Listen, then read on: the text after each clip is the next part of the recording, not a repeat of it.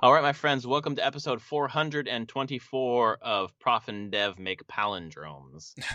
Prof and Dev play games here. We are a game developer and a game player. That's Anthony, and a game player, which is me. You went to GDC. We're going to talk about that, and we're going to talk about a few things that we've been playing. But let's start with the GDC brain dump. You were there. Tell us everything. Oh, yeah. Everything. There's no way I could say everything from the... Nope, this is a 12-hour podcast. Yeah, I was. So, yeah, my trip flew down to San Francisco, got there midday Tuesday. The show technically starts on Monday. Mm-hmm. If you get an all-access pass, Monday, Tuesday are, like, very focused, like, workshops. Mm-hmm. Kind of, they call them summits, but it's like, I'm going to the game narrative summit, which is a full day just focused on, like, the craft of game narrative. There's... I think one person it's very close, focused on like specific rendering tech for like foliage in games. That's where you get like super deep. So I didn't go to those. Normally they don't fit. I find it completely worth it. But my company did send me, so it was on the table, but I didn't feel like being gone an entire week. So I did that. I got down there Tuesday, phoned a couple people to work, and then checked in the hotel, and then I had time to kill on Tuesday night, so I walked a lot around San Francisco on Tuesday. A lot. Visited a game, like a board game store, and went to Japantown. Oh, nice. All sorts of just wanted to be a little bit of a tourist. At that point, nostalgia for that city, so it was fun to kind of just wander around. But then the show started for me on Wednesday morning. What were the first? I'm trying to think of the timeline here. It kind of starts blurring together because it's basically sessions start at around like 10 a.m. and go till like 5 p.m. You get a lunch in there, and not everyone is one that I want to go to or have something in every time slot, but there's a lot of going around, and GDC, these talks can get pretty high level and just be like, hey, we're talking about general kind of, I wouldn't even call it a feature of a game, kind of like a post-mortem on a game, or they get really freaking technical. We're going to talk about, I think I posted one on the entity component system in Alan Wake 2. Yeah, right. Mm-hmm. So they're all over the place. And I'm just trying to see, I had a list of what I went to in the messages. So I started out, the first talk I went to was Relic Ruins, creating environmental puzzles for Horizon Forbidden West. Side note, that game came out on PC, and I watched a streamer playing it at 4K, full ray tracing on everything. Ooh. It is one of the prettiest games I've ever seen. It was already really pretty on the PS5, and then they turn on all the features, and they're running it at over 100 frames per second with everything cranked. And that game just rivals any game that's come out in the past few years, graphically. And I'd forgotten how good the facial animations are. They're so good. It was really good, and then it also stood out because I didn't really like the first game's facial animations, and the second one were just so good. Yeah. So my first talk was from a senior game designer there who just talked about the Relic Ruins puzzles and kind of how they the level design, what went into them, how they like went from initial idea to prototyping to in the game, and then the Relic Ruin and Burning Shores was kind of like a leveling up of those puzzles. So it was neat to see. It was much more of a level design talk than just a general game design talk, but it was neat to see how their iteration process and making them better and better, and how do you put in environmental puzzles in like a huge open world where someone could be coming across them from any direction.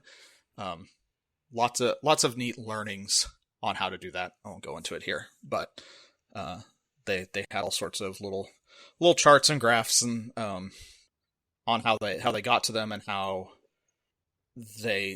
once they knew the Relic Ruins and how they're doing these puzzles, when they were starting to build them, like the 8 or 9 through the whole game, how they iterated on them and wanted to like shake things up every few to to keep them interesting. Yeah, that's cool. Yeah, I mean, that's the kind of talks you get, and I don't know if I'll ever directly use what's being talked about here, but it was neat to learn about. It's one of my favorite things about going here is I can learn about parts of the craft that I don't necessarily get to do or need to do. It feels like the idea of like you have a thing, vary it, shake it up every once in a while to keep it fresh and interesting. It could be used anywhere. Yeah, that's cool. The next talk I went to was this thing called Adventures in Mentoring, and that's just for me as management kind of talk. And it was a really good look just about like how to be there as a good mentor, and that mentorship and management aren't the same thing. Right. Yeah, of course. And there's different skill sets for both and what you need to do. This one was a 30-minute talk, and this is I've given feedback in my GDC forums is generally I went to 3 30-minute talks. That previous one, the Horizon one, was an hour. I feel like you can't get anything done in 30 minutes. You can, because out of my 3 30-minute talks, one was great, and 2 were just too much information for 30 minutes. You just need to scope it. Yeah, sure. And the Adventures in Mentoring, and then the next 30-minute talk I went to, which is we built this city on bits and maps, which is kind of a high-level look on how like city sim games actually like how they're designed and how how like some core systems are fit together, which is really neat. It just needed to be more than 30 minutes. For talk, like it was 90 slides in 30 minutes. It was a lot. 90? Just like next. Oh my god. Yeah, it was a lot. And it's just, I don't know. It's just, if you get a 30-minute slot, the data and what you're doing needs to be pared down to fit the scope of that. Both of these like just went right to time at 30 minutes. Like they didn't go over, but it was just like a sprint. And I have a bunch of notes from these, but I didn't, because they were going so fast, it was hard to take in while I'm there. Totally. And then Thursday was spent, I did that ECS in practice and Alan Wake 2, which was just me being a nerdy developer still, engineer, comp sci, and my head still. And I was just like, nerdy. Yeah, I just was like, I want to go see this. And it was interesting because I was like, I don't know why they're using this for a case board. And really it was the fact that the way that Alan Wake's engine and Northlight, how they kind of have developed it and want their tools and how designers interact with it to use an entity component system model for doing that, which I'm not... entity component system means an engine is made up of entities that have components, and those components interface with systems. So it can be like, oh, this chair has is the entity. The chair has a physics component.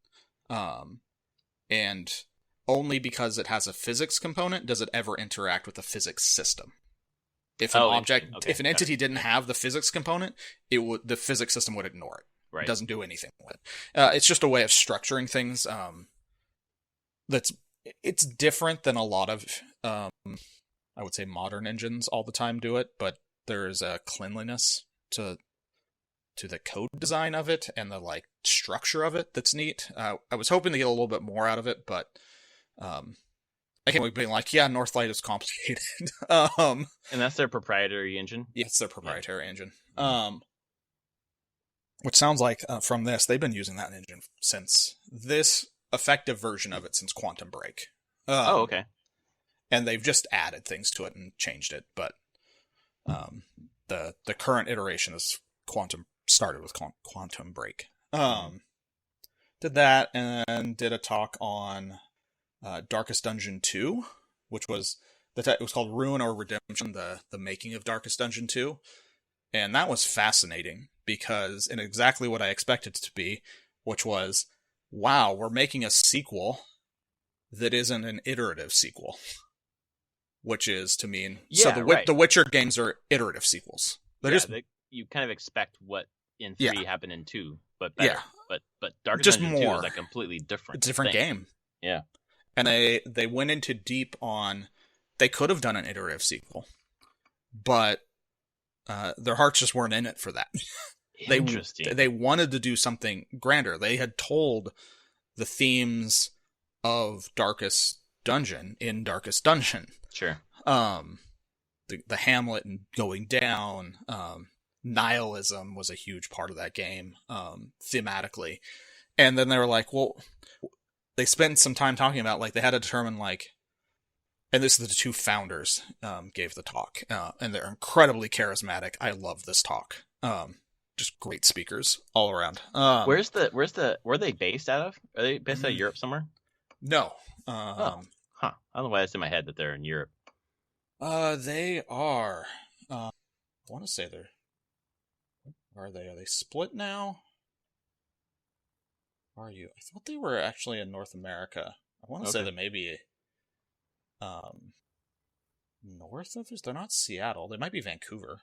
Oh, I know some of them came from, like, Clay, and interesting. Were part of that team that originally. Mm-hmm.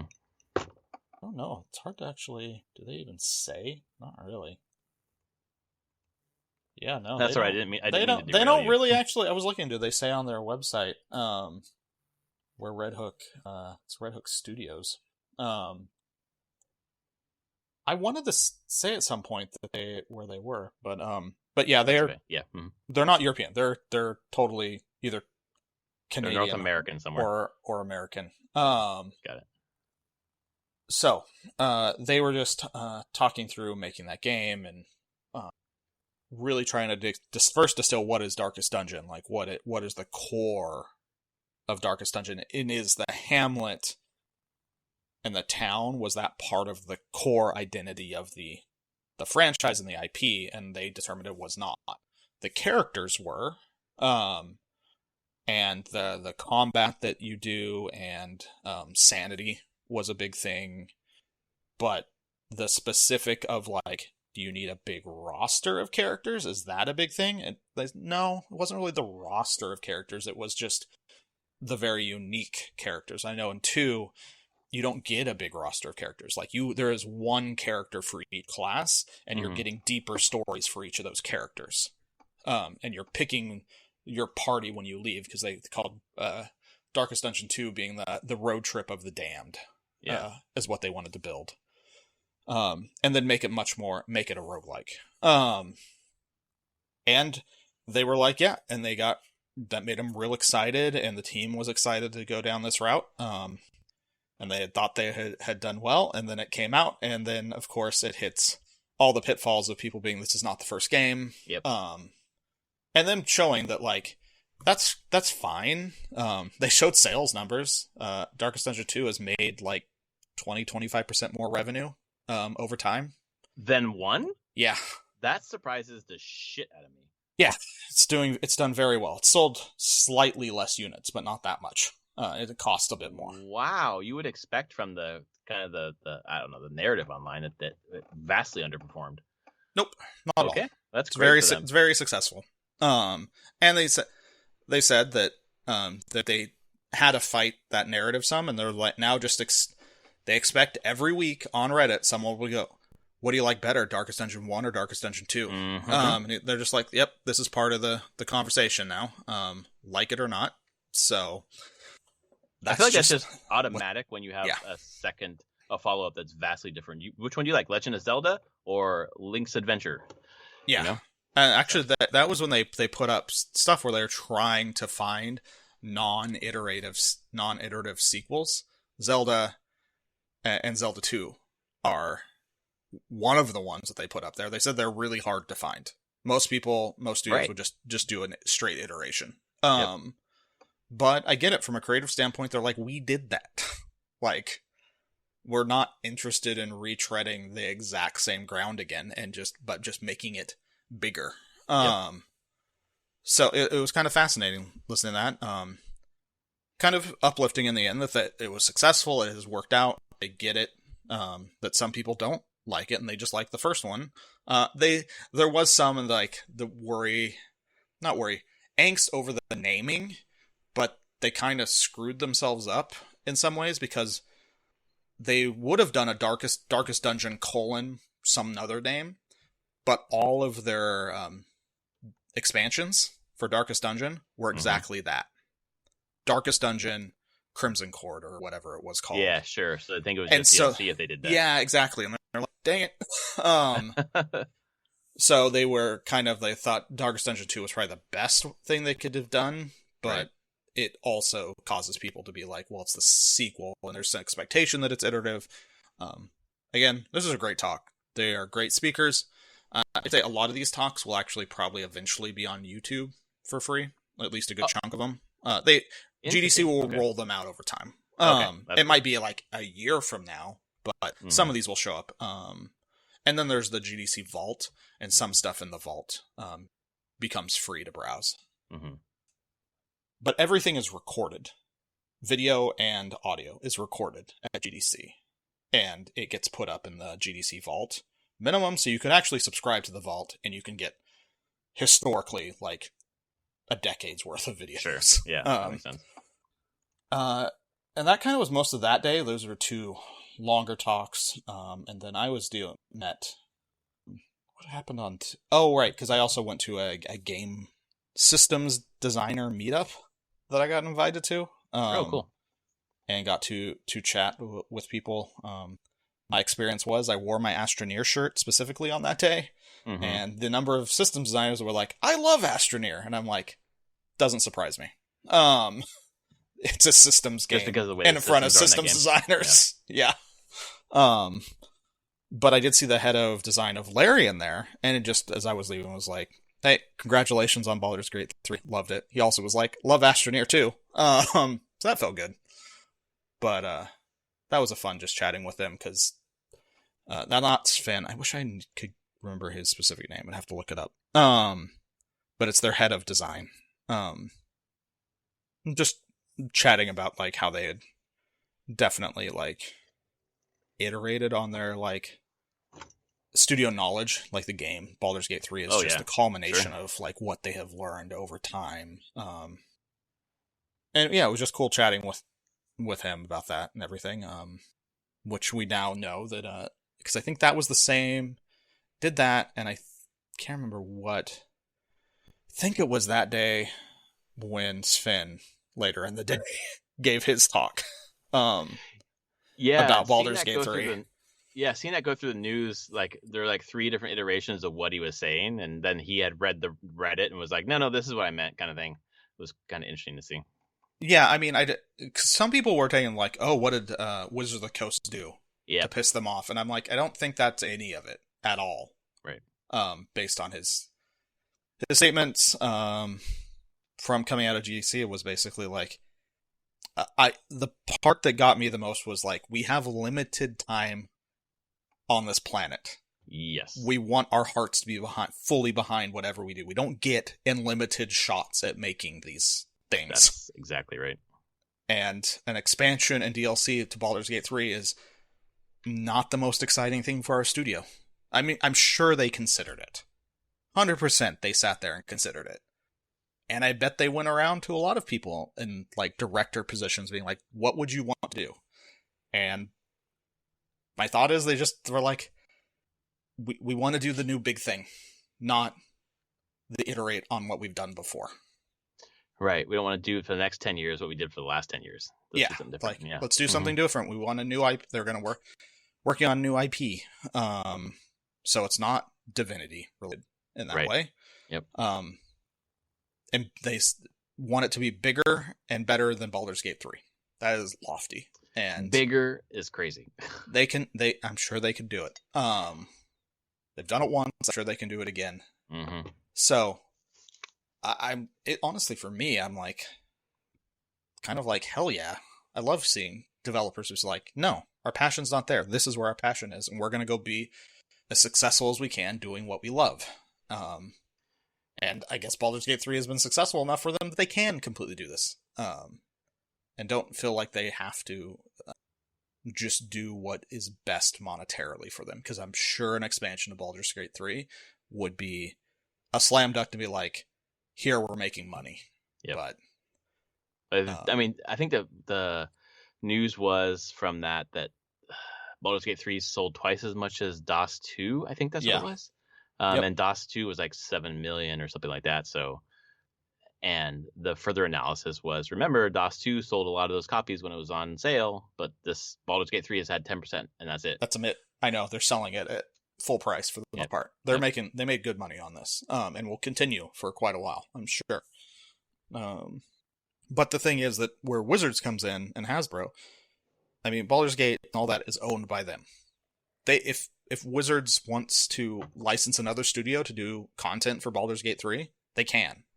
Mm-hmm. There's nothing stopping, and I would not be surprised if Wizards and Hasbro now search for another studio to do an expansion for Baldur's Gate 3. That would be fucking terrible. Maybe. Is there any way that would be good? I don't know. I mean, in some ways, original like Neverwinter Nights, their expansions were pretty good by non-core studio stuff. You always had like Fallout 3 and Fallout New Vegas kind of stuff going on. I could see that, but that's only, to me, those are two different games. Are those? Kind of. I mean, they just gave the engine to another company and said make a story in it, and I expect that's what would kind of be happening here. Yeah, that could be successful. I could see that for sure. Or I could see an expansion where they just add in more classes and everything. That'd just be weird. Because then, like, you lay it on top of Larian's game, and maybe you're breaking it. Maybe you're making decisions that Larian wouldn't have made because they weren't great decisions. That's interesting. It could happen. I don't see why it wouldn't happen, honestly. It will happen because money. Yeah. So I can see that for sure. It's either that or they're now shopping out for someone to do Baldur's Gate 4. That makes a lot of sense. Who, like, off the top of your head, where does that go? Any idea? Owlcat, maybe? Interesting. I mean, they're the only other ones that have been making, like, big CRPGs. I feel like they were in the news this week for something, and I don't remember what it was. What the fuck was it? I haven't seen any 3 days ago. They said not everyone can make Baldur's Gate 3. Owlcat founder said. Basically, maybe that was they're like, we would never have the money to actually make this game. Exactly. Like, we were. We don't have they're like, we don't have the people, just the actual money that you would need to do it is insane, which is true. Baldur's Gate 3's budget is probably totally crazy. Yeah. So all that came out of GDC. That was all cool. I then finished off the show because I had to fly out on Friday. Went through Friday afternoon, but I was only able to do one talk in the morning, and then I had to grab some food and head to the airport because I wanted to be able to get home at a reasonable time. Mm-hmm. I think in the future I might consider staying till Saturday. Do some of there was like 2 talks that I really would have liked to have seen in the late afternoon on Friday, but the one I did see was what was it called? Revisiting Fun 20 Years of a Theory of Fun, which is a game design book from 2004 by Raph Koster, who worked on Ultima Online, Star Wars Galaxies, and a bunch of Sony MMOs. He's done a bunch of other stuff. It has been 20 years since this book was originally written, and that's positing that fun, like the human desire to have fun and play for fun, is rooted in our brains practicing to survive a hostile world. That makes a lot of sense to me. It does. I mean, it makes sense. You read the book and you're like, this, more than anything, lets a foundation for like, well, what is fun? Like, why do people want to have fun? Like, what's the purpose of it? Yeah. And so, but the thing is, he opens here being like, it's not as narrow as that as we've learned in 20 years. There's been so much advancement in 20 years. Like, what is causing you to feel fun? We know all about these chemical reactions in the brain now, what the different types of feeling of fun are. He's like, it's much more fungible than what the book originally states. Right. Which is cool.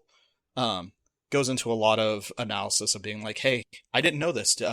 Psychology is having a replication crisis right now with a bunch of old studies. He used the example of, have you heard of the kid with the marshmallow puzzle? Oh, yeah, absolutely. So it's completely debunked. Really? They can't replicate it. Oh, in the modern, and now they're starting to understand The kid that is hungrier will eat the marshmallow. And when you start talking about, or the kid that when you check the test for socioeconomic backgrounds, kids that have consistently meals will not take the Oh marshmallow. My God, Anthony, you know how much I talk about that study? But yeah, it basically he brought up, he's like, this they cannot replicate it now unless you eliminate all these variables, which you can't. And the study, when it was done, didn't eliminate those variables. They didn't even think about having those variables considered. Because that was studied from quite a while ago. Totally fucking true. Oh my God, man, that really upends a lot of the knowledge from that. Yeah, and he's like, that's not the only one. Psychology, a lot of those old like foundational studies are trying to be replicated, and they're not. It's not working. Yeah, I wonder if there are other studies about delayed gratification that hold up. Maybe there's probably newer ones that are done better. Yeah. But yeah, it's like he had a picture on that slide of that one, which was just like an illustration of like a cross section of a brain with a thought bubble going, marshmallows taste good, which is basically what it comes down to. So that was fascinating hearing. He's like, yeah, you got to advance everything. And so then he kind of was like, here's what the book got right. Here's where things have come forward. And here is kind of a newer way to think about fun. I have all the slides. I can't really completely get into it, but it was basically it's not as narrow as people like to play and have fun. Our brains like it to survive, because there are things that are considered that you can really look at that are fun, that cause those chemical reactions of pleasure that aren't about that. Yeah. He brought up meditation as a big one. And that is, there are things that your brain can find fun that have nothing to do with a survival mechanism. Mm-hmm. And so it's just expanding on this.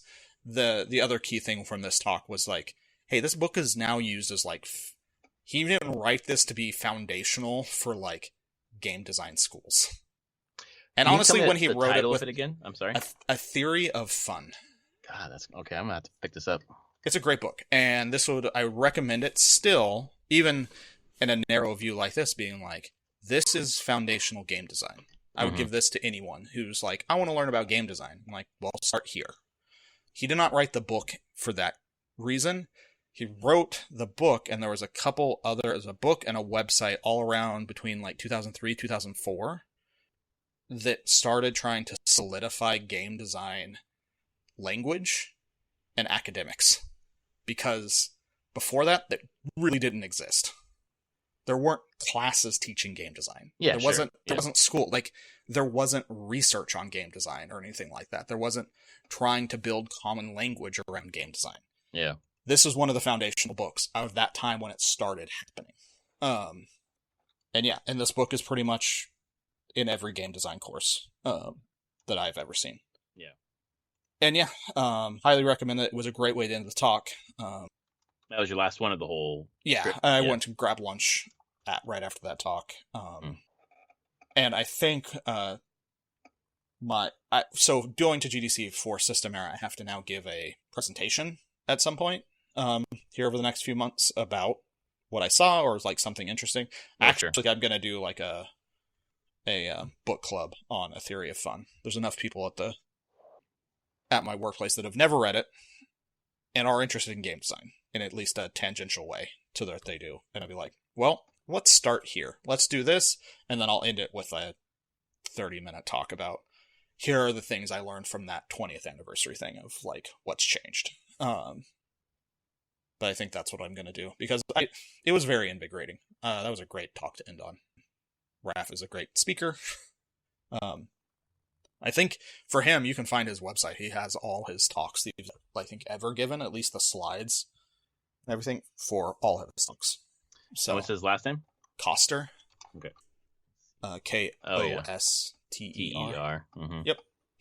There it is. Raph's website. Yeah. It was really cool to see. His top thing here is why New York Times' connections make you feel bad. He actually had that in this thing about as an anecdote on that Connections is not a great game overall. Interesting. I maybe agree with that. Because and he can speak to it. Is its space is unbounded in the fact that, and this is the weird thing, the more knowledge you have, the worse you are at that game. Absolutely, 100%, because you can see each word in like 7 different definitions. Yep. And he's like, and there's no way to pare it down. Right.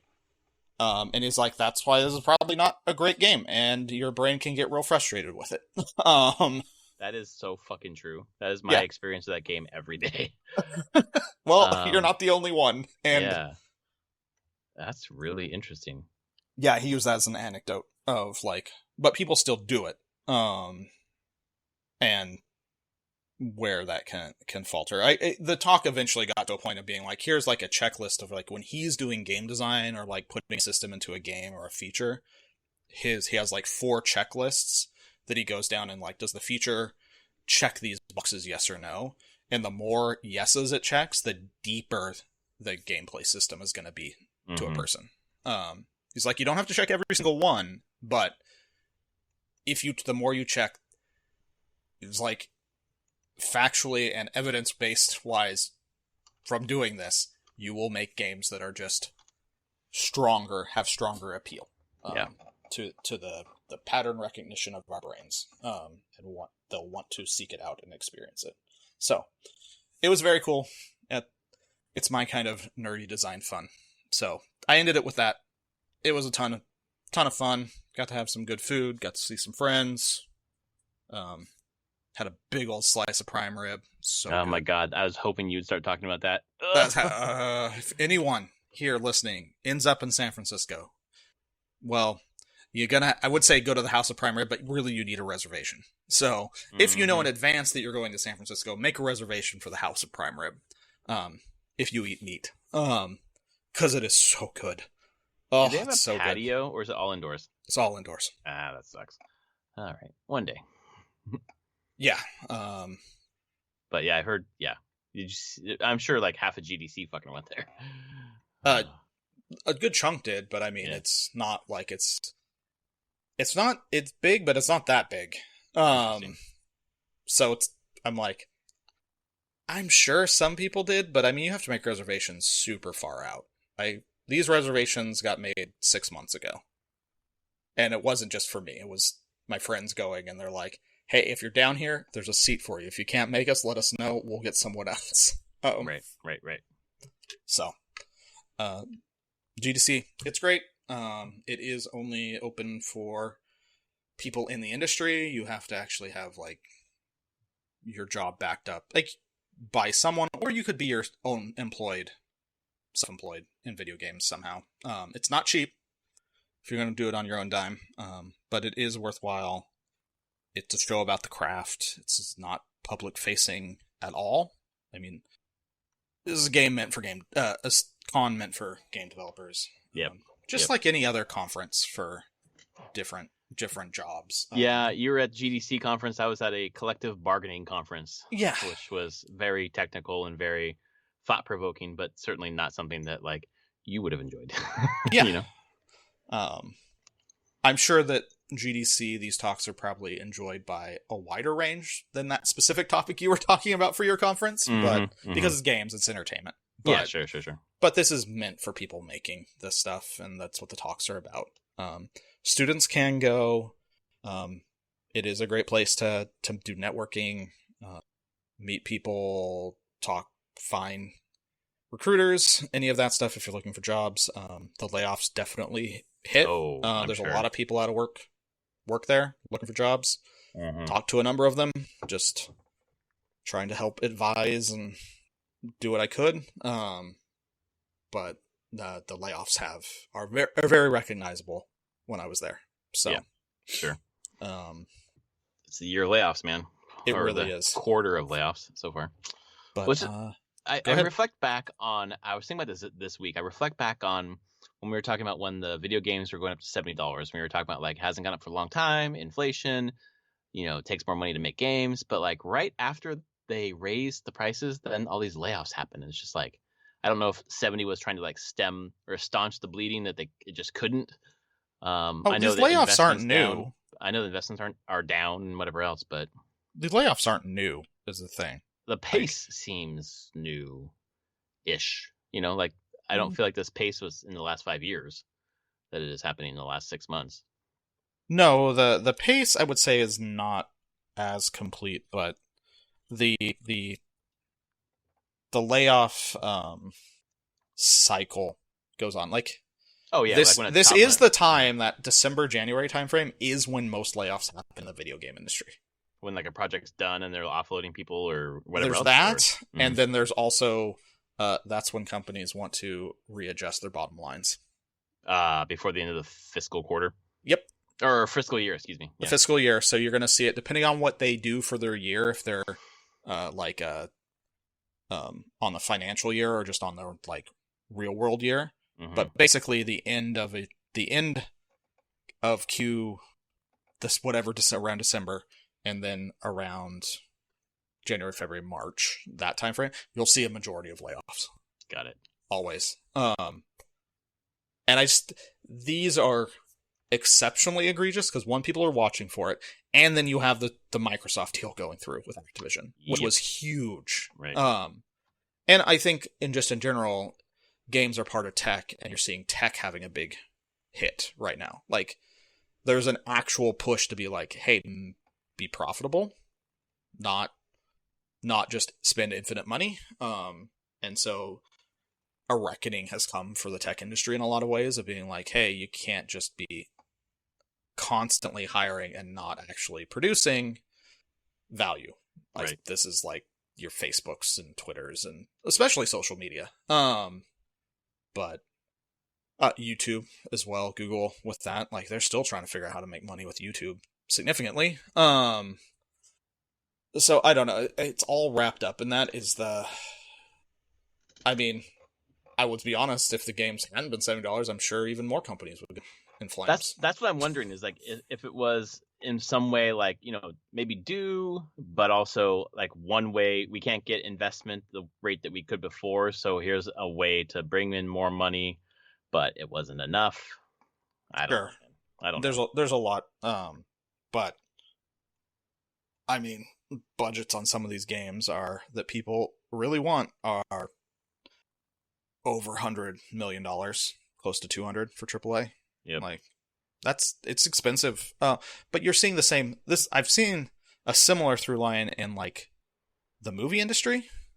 Is the Marvel stuff had done so well, had gotten like all your big movies were getting these like enormous $200 million budgets, $250 million, and it's absurd. Like, there's the chance of recouping any money on that. You typically have to at least do like 2 to 3 times the budget in box office returns to see profit. Makes no sense. Like, it's not sustainable. Yeah, it is almost. It is. I'm not almost mirroring kind of the discussion about, Insomniac's part of it, but the fact that these games cost so much fucking money, like it's nearly impossible to recoup it all because it's just so much money. You gotta sell so many copies. Yeah, you really do. Yeah. And it's a push for, be that on the game side that the audience expects, especially out of AAA, like incredibly high fidelity graphics. And it's hard to fight that. And you can get there now, and I think there's starting to be some pushback on that, but every time you see a new game come out, like, we started talking, and I was we're talking about the Horizon thing. Like, Horizon Forbidden West is an incredibly gorgeous game, and it's eye-catching, and it's beautiful.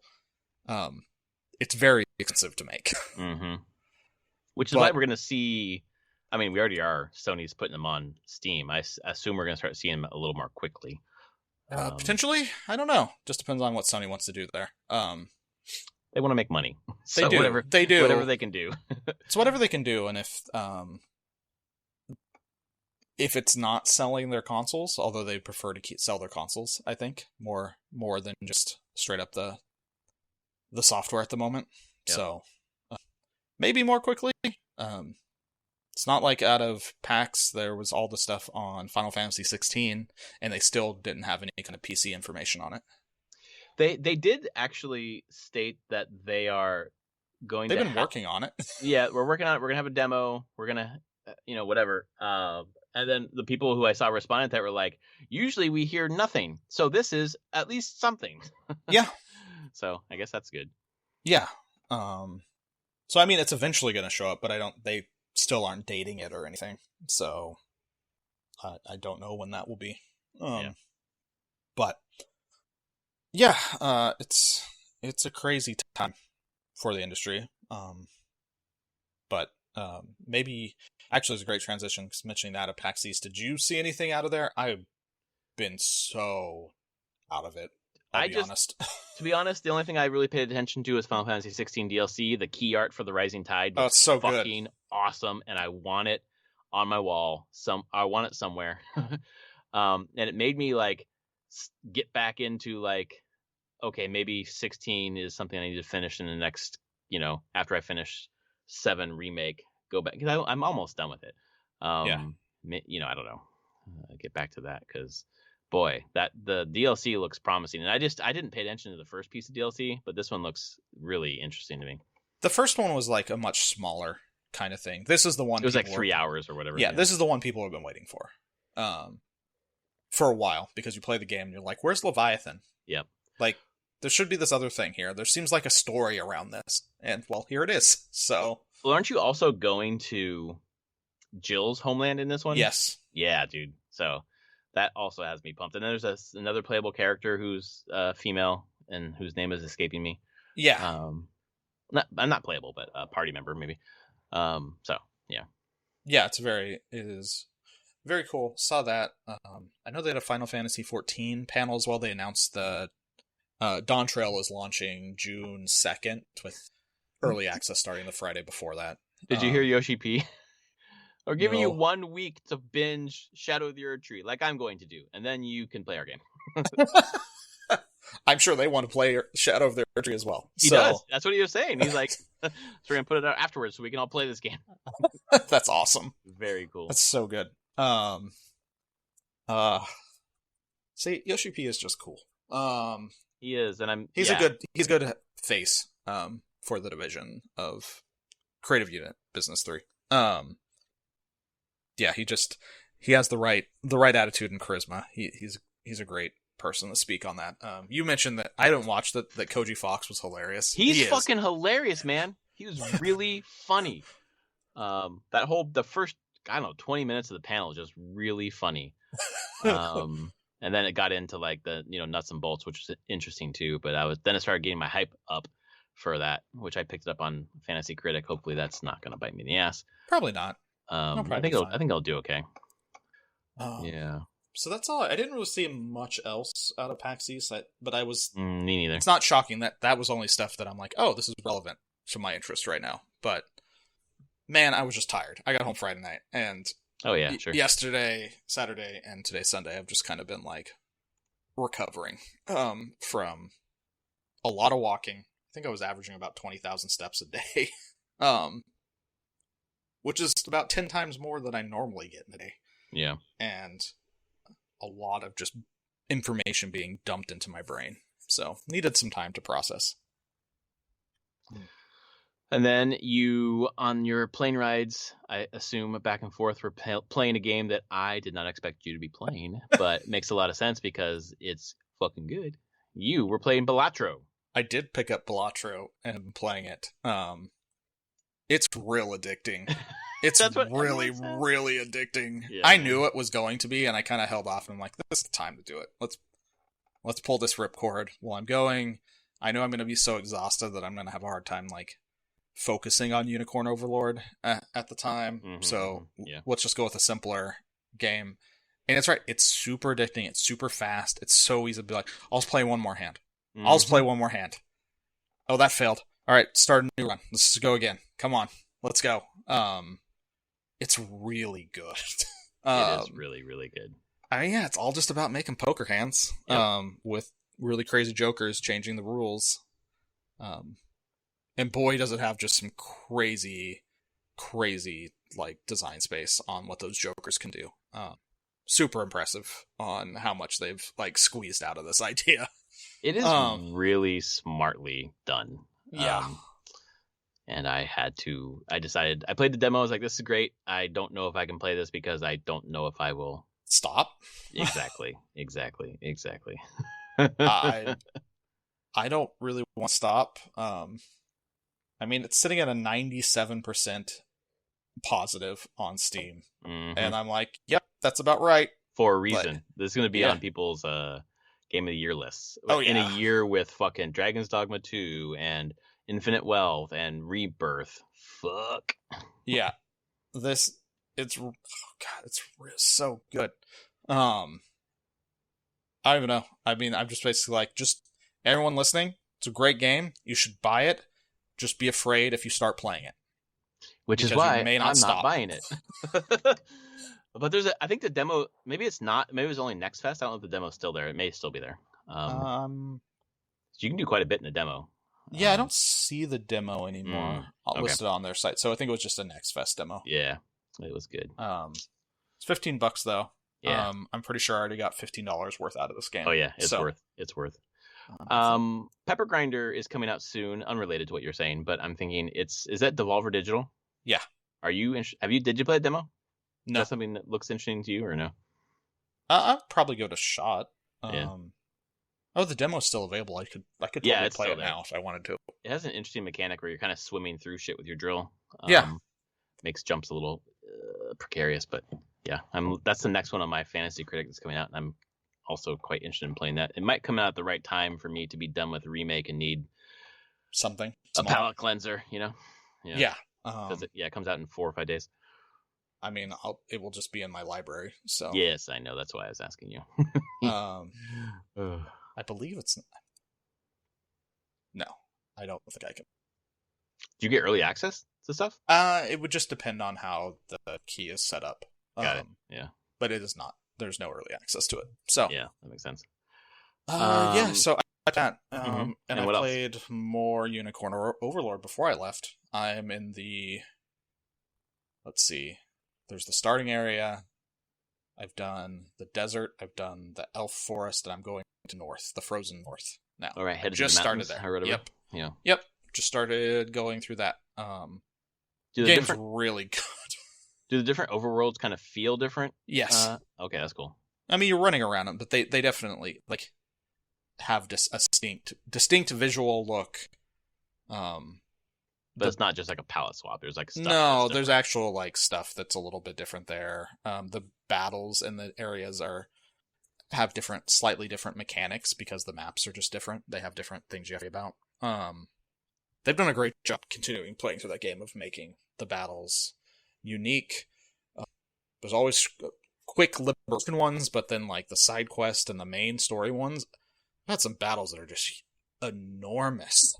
Ton of fun, just neat mechanics, a little bit puzzly on some of them. Game is pretty incredible. I'm gonna say it's just incredible. Even for me, just the demo so far, 7 hours and 10 minutes is what I got squeezed out of that demo, and just I feel like in every sub area there's something new. There's a hammer guy. There's a fucking angel. There's that doesn't stop.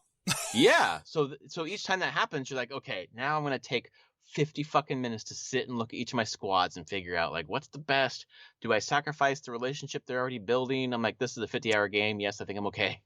And it's just been a delight. I just could not stop playing the whole way home from New York to San Diego. I played fucking 4.5 hours straight. Wow. Yeah, dude, I could not stop. It was so good, and the demo stopped, and I was like, God, like I looked at you pause it, and you're like, this is how much time you have left. Okay, I can squeeze this out. I can squeeze it. Oh, I'm done. And I have not opened up my collector's edition because I want to finish Remake before I, jump on something else. I'm not sure what I will do after this one, but Unicorn Overlord is like scratching that Fire Emblem itch so fucking hard. It's like, yeah, like much better than Fire Emblem Engage did, and I really liked that game. And this is like hands down superior. So yeah, it's pretty incredible strategy RPG. And like you said, it scratches that Fire Emblem itch, but it's not Fire Emblem. No. It's not. When I play it, I'm like, this is an amalgam of a lot of different strategy games, and it comes together in such like perfect cohesion that it is so much greater than the sum of its parts. And it's shocking. It's so funny that you say that phrase, because every single review that I've heard has earnestly said that same thing. Because there's so many parts to it. It's more than just those little pieces. Even I kept thinking about it a little bit, just the way that you line up the front line and the back line. I don't know why it reminds me of Darkest Dungeon, because you do have that line of 4. Yeah. But I don't recall if like the front blocked damage. I assume it did in Darkest Dungeon, or some damage or whatever, mitigated damage coming through the line. Unless you had special attacks that could skip into different areas. But yeah, just thinking about like Travis the thief being in the front, and then having my hammer guy next to him and having an archer in the back is just like, man, this is a fucking trio. Yeah. Oh man, dodge tanks, they're so neat. Such a neat. It's a really cool idea. Yeah. Like your thief is a tank because it just gets the fuck out of the way. Yeah. Have other games done that? Probably. I'm sure. I can't. I mean, yeah, I'm sure other games have done that. Like, they're just super hard to hit. It's interesting that this game just really turns into that and is like, no, you can do this, and we encourage you to do it. You can also build the thief to not be a tank as well. And be like a backline debuffer, throwing out like poison flasks and things like that. I can see that. Yeah, it's a completely different build, and you just change the tactics up on and the gear, and you're like, yep, completely different. That's really cool though, because the game throws at you characters after characters, so you it doesn't stop. It just keeps coming. Yep. Like, is there permadeath? I think you can turn it on, but it's not on by default. Oh, okay. I don't know it, and people have complained. They're like, the permadeath is really hard. Yeah. Okay. But it's a feature. If you want it, you can. Let's see how it works. Is there permadeath? Yes. Mm-hmm. Oh no, you can't. You can't unlock it at the beginning. You can only do it on the next playthrough. Oh, because you can play it on. You can start New Game Plus, selecting the True Zenorian difficulty, and that will activate permadeath. So it's on the hardest difficulty. Got it. Okay. But you can turn it off. It's just automatically turned on. So how does it work? It isn't the most. Oh, you can it. So basically, the whole formation has to get wiped. Oh, for the permadeath to take effect. To really take effect, if they're still alive, you can revive orb. Oh, that's kind of a cool idea. Before the end of the round, the map. That's kind of cool. But yeah, wow. Okay, but that could be a little harsher. It's got to be a little more protective. But yeah, it's a good game. This year's already starting out pretty great. I'm gonna be honest. It's like 2023 didn't stop. Yep, pretty much. Still going. So you're in Remake. You're getting through that. Yeah, I just finished. I spent a long time in Chapter 14 doing all the side quests.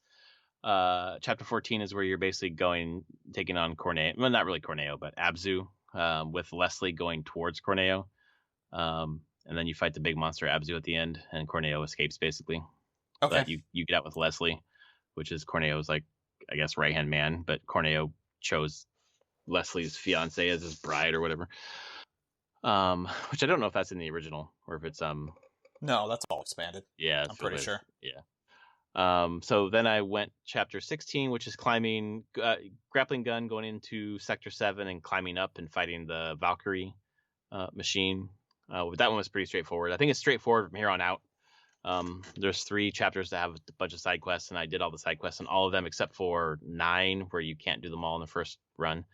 Sure. I'm a little pissed that the some of the trophies that you get for doing like extra shit are still bronze. Like, you get bronze for completing chapters, but like, I did this special shit that not everyone does, and you gave me a bronze trophy. Ugh. But that's just a small niggle. So I am halfway through Chapter 16. There's only 18 chapters, so I'm 2.5 chapters away from the end. I'm still loving my girl Tifa, and I'm actually now retroactively very pissed that she's not in Smash Brothers. Sure. She should have been. She was such a different kind of character, a brawler. Would have been nice for that game. And I did, Anthony, spend a bit of money to pre-order a Tifa figure. The nice little cute one. The nice little cute one, not the super sexy hot one. Yeah, exactly, because I did not want to explain that to anybody. Yeah. But that little cute chibi one kind of goes with the amiibo stash that I've got out here in the booth. So that's pre-order, but it comes out in December. So I've officially, I feel like one of you like pre-ordered a fucking figure for an RPG. I'm very excited to get through this. I purchased Rebirth. I will play that at some point. It looks mighty big. It's huge. It is so huge. Did you fall off of it, or just like I just needed to take a break? Yeah, and I've heard that that's just the case. It's like, because I guess if I wanted to push through, I would probably just push through story. But I want to take more of my time with it. Yeah, and I just wanted some time to like break before going to the next big open area. Sure. The game is enormous. It's so big. Yeah. Maybe too big? I don't know. Maybe it seems way bigger than the first one, but then it is way bigger.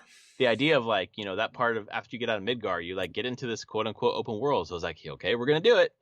Yeah, it's huge. It's kind of how I feel about it. I'm like, this is what it is. Like, you're exploring the world and going through it, and it's fine. I think it's like, from mechanic standpoint, they iterate on all the mechanics of the base game of Remake and just make them better. Like, combat is way better than Remake's combat. It's the same, but it's all the little tweaks and changes that they did under the hood that just make it like feel like it just runs better overall. Little other mechanics they add in this, the team up attacks basically are fantastic, and that whole mechanic. There's just a bunch of nice little things that they've added in there. So yeah, I don't know. I think you should finish Remake and then do something else, though. I think going right into Rebirth is not the best choice. Yeah, I think maybe I will. That's a lot of one. That is a lot. Game specifically, yeah. And who knows? You might get done with Remake and be like, no, I want more of the story. Which you'll get more of the story, that's for sure. I feel like that right now. I feel like all I want to be doing is playing more of Final Fantasy7, but I think it might be a good idea to stop, because I don't want to get 10 hours into Rebirth and be like, okay, I'm exhausted. I need to do something else. So I'd rather do something else first. Yeah, no, it totally makes sense. And I'm not sure if that is going back to Unicorn Overlord, to be honest, because that's or Balatro. Nope, not going to do it. Not going to do it. You just got to do it. Oh my god, what a great game though. I want to hear about your poker hands. I had some really good poker hands. I just love how the jokers change. Like, you to get a straight, you just need what I always get when I'm playing fucking Texas Hold'em at the fucking casino, which is like I've got 2 on one side and 2 on the other, but the one in the middle I'm missing. But there's a joker that makes that a straight. It's fucking dude, it's genius. I'd like to see this kind of thing. It's the same thing, but like fucking do this system with Yahtzee. Oh man, that's true. Be fun. It would be fun. Speaking of fun, my daughter is playing Princess Peach Showtime, which came out on the 22nd, and it's made by Goodfeel, which did Yoshi's Crafted World, which she loves, Yoshi's Woolly World, which she likes, and it's great, man. It is for that audience.